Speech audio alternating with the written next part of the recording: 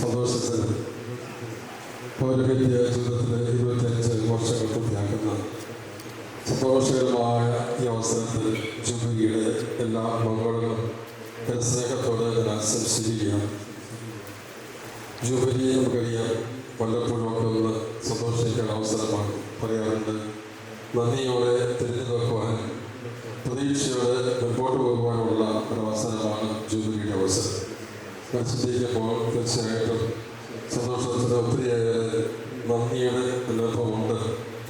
കാരണം അഭിനന്ദ പിതാവ് സന്തോഷത്തിനെ കുറിച്ച് പറഞ്ഞ് കേട്ടപ്പോൾ ഞങ്ങൾക്കിങ്ങനെ ഞങ്ങൾക്കാരെ പുളകിതാവുകയാണ്.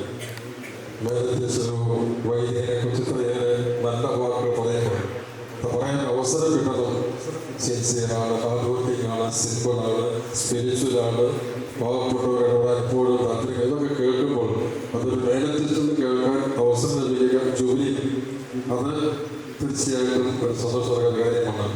2001 ജമ്മുവിലേക്ക് പോയപ്പോൾ ഒത്തിരി ആശങ്കയോടെ പോയിങ്ങനെ 2026 ഇനിയും ജമ്മുവിലേക്ക് പോകുമ്പോൾ ഈ വർദ്ധിതമായ പ്രതീക്ഷയോടെ, ആവേശത്തോടെ, താല്പര്യത്തോടെ സഹവൈദികരും അഭിവ്യൻ പിതാവും അച്ഛനേറെ സ്നേഹിക്കുന്നുണ്ട് എന്ന് ഈ ജൂബിലി അച്ഛനെ ഓർമ്മപ്പെടുത്തുകയാണ്. ആ നല്ല പ്രതീക്ഷയിൽ, ആ നല്ല സന്തോഷത്തിന്, ആ നല്ല പ്രത്യാശയിൽ ഇനിയുള്ള വർഷങ്ങൾ ജമ്മുവിൽ ശുശ്രൂഷ സാധിക്കട്ടെ എന്ന് പ്രാർത്ഥിച്ചുകൊണ്ട് ജൂബിലിയുടെ